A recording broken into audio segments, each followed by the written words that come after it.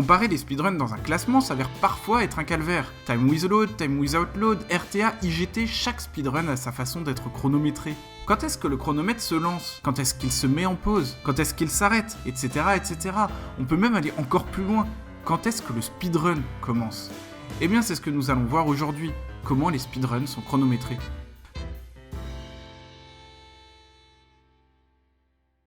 Tout d'abord, il faut savoir l'origine des choses, car le speedrun, comme toute pratique, a évolué dans son histoire. Si à l'origine on pouvait se contenter de chronométrer avec sa montre combien de temps on faisait à la minute près, eh bien maintenant le speedrun se chronomètre au millième par des outils poussés liés directement au jeu, comme LiveSplit par exemple. Et en réalité, mon affirmation n'est pas tout à fait juste, car oui, aujourd'hui encore, rien ne vous empêche de compter avec votre montre combien de temps vous mettez pour finir Hades. Et c'est bel et bien du speedrun. Mais la réalité des choses est tout de même là. Les classements, les leaderboards ont bien évolué, et si vous souhaitez vous comparer à d'autres speedrunners et speedrunneuses de façon plus ou moins officielle, il faut bien vous plier aux règles. Bref, revenons à l'origine. Quand nous avons commencé à vouloir avoir des classements fiables, il fallait décréter des règles, car il fallait bien comparer tout le monde avec le même système de chronométrage. La façon qui est apparue naturellement est de se dire on lance le chrono quand on lance la partie, et on l'arrête quand on finit le jeu. Oui, mais quand est-ce que le jeu est fini ? C'est un débat de longue haleine, et surtout c'est un débat qui dépend du jeu. Dans Super Mario Bros par exemple, lorsqu'on attrape la hache, le jeu se freeze et la cinématique de fin se lance. Donc on peut définir sereinement que l'on a terminé le jeu au moment exact où on touche la hache. Et après de toute façon on n'a plus accès au personnage et le générique se lancera dans tous les cas. Mais d'autres cas sont beaucoup moins évidents. Prenons l'exemple de mon jeu préféré, Portal. Pour terminer le jeu, il faut lâcher un corps dans un incinérateur. Lorsque ceci est fait, le corps est détruit et le pointeur au milieu de l'écran disparaît car le jeu n'attend plus rien de nous. Mais nous ne perdons pas pour autant le contrôle du personnage. Et d'ailleurs, nous gardons même toutes les facultés. On peut se déplacer mais également utiliser le portal gun. Après un certain temps, l'écran passe au blanc et une cinématique se lance. Et nous perdons à ce moment-là le contrôle du personnage. Donc ma question est la suivante. Quand est-ce que la run se termine ? Au moment où on appuie sur E pour lâcher le corps, car en réalité, après ça, nous n'avons plus rien à faire. Le moment où le pointeur au milieu de l'écran disparaît ? Ou alors le moment où l'écran passe au blanc et où on perd définitivement le contrôle du personnage.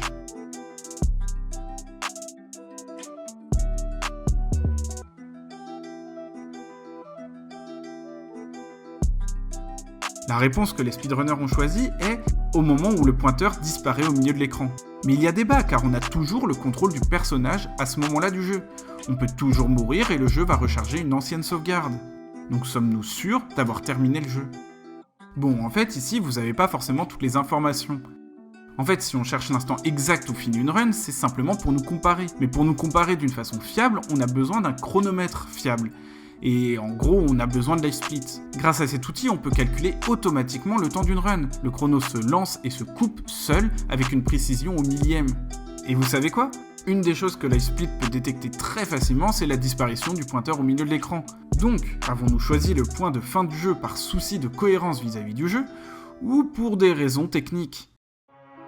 En fait, n'y réfléchissez pas trop parce que la question n'a que peu d'intérêt. Dans tous les cas, la façon de nous chronométrer n'est qu'un barème. L'important n'est pas le temps en lui-même, mais la comparaison entre les différents temps. C'est pour ça que, par exemple, les chronomètres se mettent en pause tout seuls au milieu des chargements, pour que tous les runners et tous les runneuses puissent être sur un pied d'égalité. Mais parfois, je vous l'accorde, ça peut avoir des effets de bord. Sur Ghost Runner, le chronomètre se met en pause lorsque nous sommes dans les menus. C'est un souci technique, pas une règle réfléchie. Mais en réalité, c'est pas bien grave, parce que tout le monde est sur un même pied d'égalité. Donc en vrai, tout va bien. Bon, pendant qu'on y est, autant dire les termes. Ce dont on vient de parler est le time without load, littéralement le temps sans les temps de chargement. C'est ce qui est le plus utilisé pour comparer les temps entre eux, car peu importe votre PC, vous avez les mêmes chances que les autres. Et cette façon de chronométrer a son opposé, le time with load.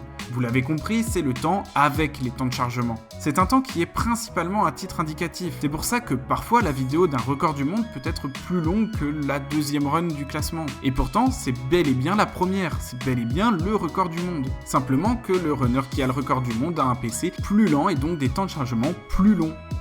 Bon, je crois qu'on a fait un bon tour du chronométrage dans le speedrun, mais il reste toutefois une ou deux choses à aborder. Premièrement, les chronomètres directement implémentés dans les jeux. Si c'est une bonne idée et une bonne chose que les développeurs intègrent ce genre d'outils directement dans leur jeu, bah dans les faits c'est pas toujours adapté au speedrun. Si je prends l'exemple de Neon Boost, il y a certes un chrono, mais on peut en abuser et finir les niveaux en 0 secondes. Donc utiliser ce chrono n'a aucune logique dans le cadre du speedrun. Mais ça ne veut pas dire pour autant que ce chrono est mal fait. Ce n'est simplement pas la même utilisation. Et je suis le premier à trouver ça drôle de pouvoir finir théoriquement les niveaux en 0 secondes. Donc non, ce n'est pas mal fait. Simplement, comme tout dans un jeu, il faut avoir une vraie réflexion sur ce genre d'ajout. Et du coup, vous savez pourquoi parfois on utilise l'IGT et parfois on ne l'utilise pas. Oui, parce qu'en réalité, ce dont je viens de parler, c'est de l'IGT, l'in-game time, les chronos qui sont intégrés au jeu. La dernière chose que je voulais aborder avant de conclure, c'est que si je parle depuis le début d'outils comme LiveSplit, il existe plein d'autres façons de faire. Selon les jeux, après une run, on peut par exemple utiliser un logiciel de montage pour connaître le temps exact d'une run. C'est ce qu'on appelle retimer une run. C'est pour ça qu'à la fin de la vidéo du record du monde de Super Mario Bros, le temps affiché est de 4 minutes 56.13. Et pourtant, le titre de la vidéo, c'est bien Speedrun en 4 minutes 55.314. Et ce n'est pas une erreur, ça a simplement été retimé. J'espère maintenant que vous avez mieux compris le fonctionnement des classements et surtout comment sont chronométrés les speedruns. Mais sachez que les choses évoluent. Elles ont déjà évolué et elles évolueront encore. Le débat reste toujours ouvert. C'est bien normal et en même temps, est-ce que le temps final des runs a une quelconque importance ? Récemment, des speedrunners et des speedrunneuses ont débattu sur quand lancer réellement un speedrun et donc le chronomètre. Est-ce que c'est au moment où on prend le contrôle du personnage ? Est-ce que c'est au moment où on appuie sur nouvelle partie ? Ou est-ce que c'est quand on lance le jeu ?